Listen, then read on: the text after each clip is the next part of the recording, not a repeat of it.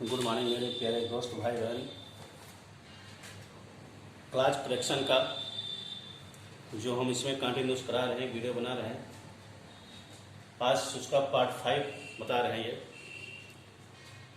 और एक दो दिन इस तरह से और बताएंगे। आज जो हम बता रहे हैं ये 2018 का पेपर है। 2018 पेपर अब 2 ही क्वेश्चन आते हैं, जैसे हमने पहले बताया है। जब 100 क्वेश्चन हो गए, 100 क्वेश्चन में अब जब पहले 200 होते थे तो 5 क्वेश्चन आता था, अब 100 हो गए, इसलिए 2 ही क्वेश्चन आ रहा है।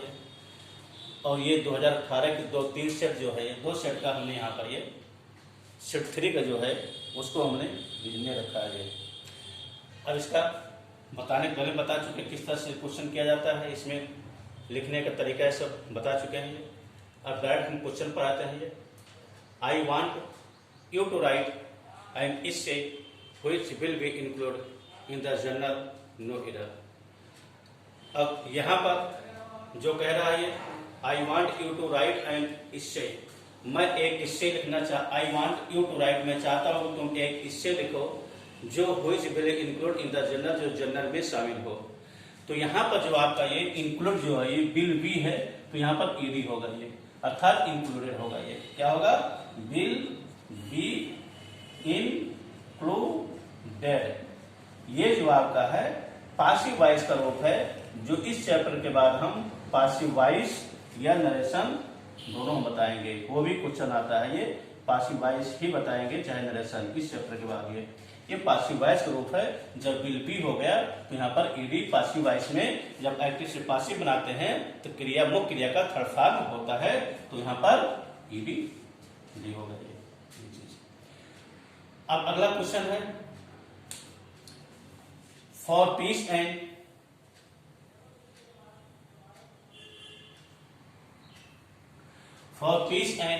happiness in the world, we need to remind ourselves of our philosophy and cultural no error.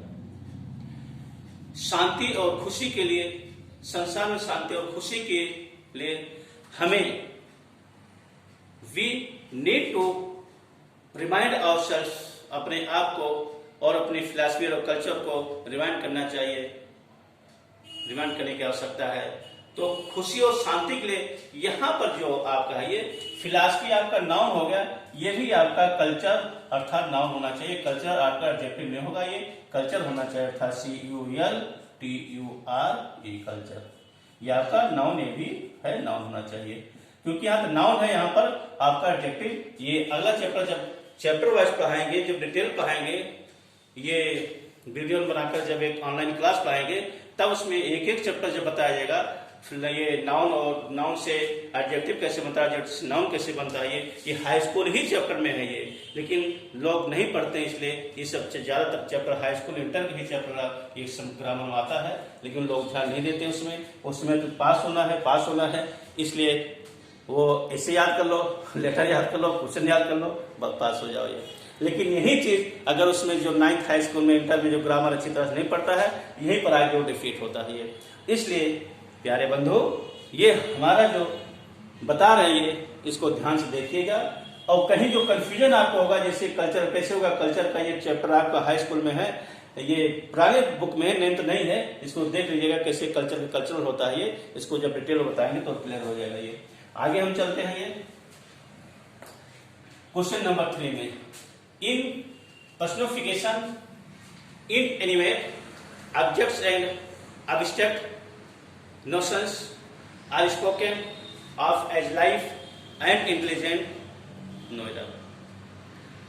Personification मानवीकरण, inanimate निर्जीव ऑब्जेक्ट्स में जो देश होता है, एंड abstract नोशन में जो होता है विचार, जो अब्स्ट्रैक्ट जो विचार है आपका, ये भाववाचक जो विचार है, ये are spoken of as life बोले जाते हैं, are spoken of as life and intelligent, as life जिस तरह से, एज लाइफ एंड इंटेलिजेंट जिस तरह से जीवन और इंटेलिजेंट और जीवन और ज्ञान होता है, उसी तरह से ये बोले जाते हैं, ये आर स्पोकन बोले जाते हैं। तो यहाँ पर वही चीज, जो चीज आपका यहाँ पर था वही चीज यहाँ भी, देखिए ये दोनों परिश्रम आपका ये 18 एक सेट में यह है, 18 एक सेट में यह है, ये सेट नंबर 3 और सेट नंबर 3 में ये 2 बार जो एग्जाम होता है सेट करके आता है। ये एक डेट को है, दूसरी डेट को ये है। दोनों में देखे, दोनों में एक ही सन में एक ही प्रकार क्वेश्चन पूछा गया है। यहाँ फिलॉसफी एंड कल्चर अर्थात नाउन और एडजेक्टिव दे दिया है, और यहाँ भी आपका ये वही चीज यहाँ पर लाइफ एंड इंटेलिजेंट दे दिया, वही चीज यहाँ दे दिया। एक ही प्रकार क्वेश्चन दोनों जगह रिपीट करा। यहाँ भी लाइफ आपका नाउन है और ये भी आपका जब नाउन तो भी आपका नाउन होगा अर्थात इंटेलिजेंट, इंटेलिजेंस ये हो जाएगा।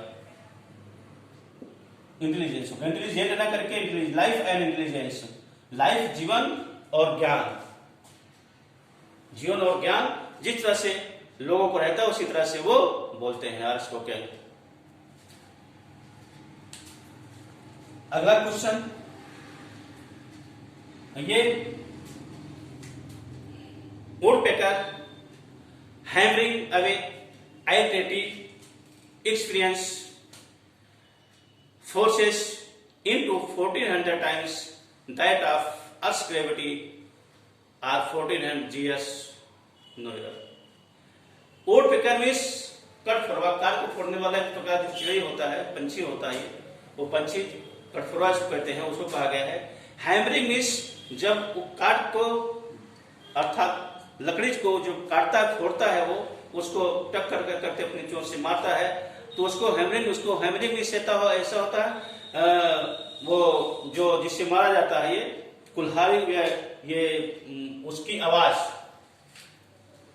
को तो उसके अनुसार उसके चोंच मारने की आवाज को हैमरिंग करके अर्थात हथौड़े की आवाज से उसको तुलना कर दिया गया। ये woodpecker hammering away at a tree, hammering away at a tree experiences, जो उसको पेड़ का जो अनुभव है, पेड़ के अनुभव पर जो उसको वो डाली को पेड़ को काटता है, हैमरिंग करता है, उसको टोक टोक चोंच मारता है। ये forces into experience, forces into उसका फोर्स क्या रहता है 1400 times 1400 times 400 bar, and that of earth gravity, या जो पृथ्वी की जो गुरुत्वाकर्षण होता है आर 1400 जीएस, वही जीएस अर्थात ग्रेविटी जो होता है वो उस तरह से उसको तुलना किया गया, बताया गया है। उसके चोट मारने की जो आवाज होती है वो उसका फोर्स होता है। तो फोर्सेज इनटू, तो फोर्सेज के बाद यहाँ पर फोर्सेज इन नहीं, अंदर नहीं हो रहा है। जब कहीं इन होता, प्रीपोजिशन बता चुके हैं, इनका प्रयोग किसी के अंदर कहीं होता है तो वहां पर इनका प्रयोग होता है।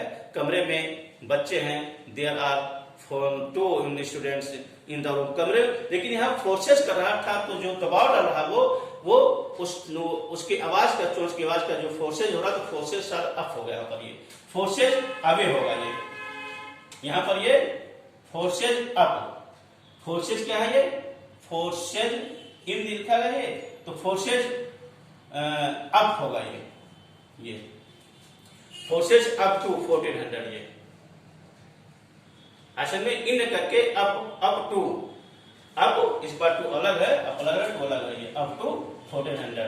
तो फोर्सेज अप करके यहाँ क्रिया प्रीपोजिशन जो बताए उसमें प्रीपोजिशन एक बहुत महत्वपूर्ण चैप्टर होता है ये, और ये बहुत डिफिकल्ट चैप्टर है, आसान भी नहीं है। किस तरह से भाव बदल कर वही प्रीपोजिशन वही सब एक जगह कैसे प्रयोग होता है, दूसरी जगह उसका प्रयोग कैसे होता है, उसके भाव के अनुसार वहां पर ये प्रयोग होता है। तो फोर्सेज अप हो जाएगा, अर्थात यहाँ पर गलती हो रही है सेकंड में। अगला question, my first task has to go, ये क्वेश्चन भी आपका है।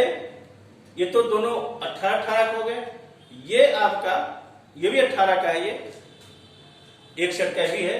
My first task has to go for shopping, अब यहां पर जो हो रहा है my first task has to go, has देखिए हैज के साथ क्रिया का थर्ड फॉर्म होता है। ये अगर हैज करते हैं तो प्रेजेंट परफेक्ट होगा, हैज टू गोन करके हैज गो वेंट गॉन होना चाहिए, गॉन होना चाहिए। लेकिन टू गो से यहां पर ये हम हैज के स्थान पर यहां क्या कर सकते हैं, is. My first task is to go, मेरा प्रथम कार्य है to go for shopping, shopping के लिए जाना है। मेरा प्रथम का शॉपिंग के लिए जाना है, या वाज भी इसके स्थान पर कर सकते हैं, वाज था। मेरा प्रथम का शॉपिंग के लिए जाना था। शॉपिंग के लिए, खरीदारी करने के लिए, शॉपिंग अर्थात खरीदारी करने के लिए जाना था। ये कार्य बना था इसलिए मैं वहां गया, या जाना है इसलिए मैं जाऊंगा। इस तरह से दोनों में से कोई भी हो सकता है, दोनों में से कोई भी लिख सकते हैं। इस तरह से हमारे पास ये जो 5 क्वेश्चन है, 5 क्वेश्चन हमने आपको बताया है। इसको कृपया करके लाइक और सब्सक्राइब कर दीजिएगा। धन्यवाद।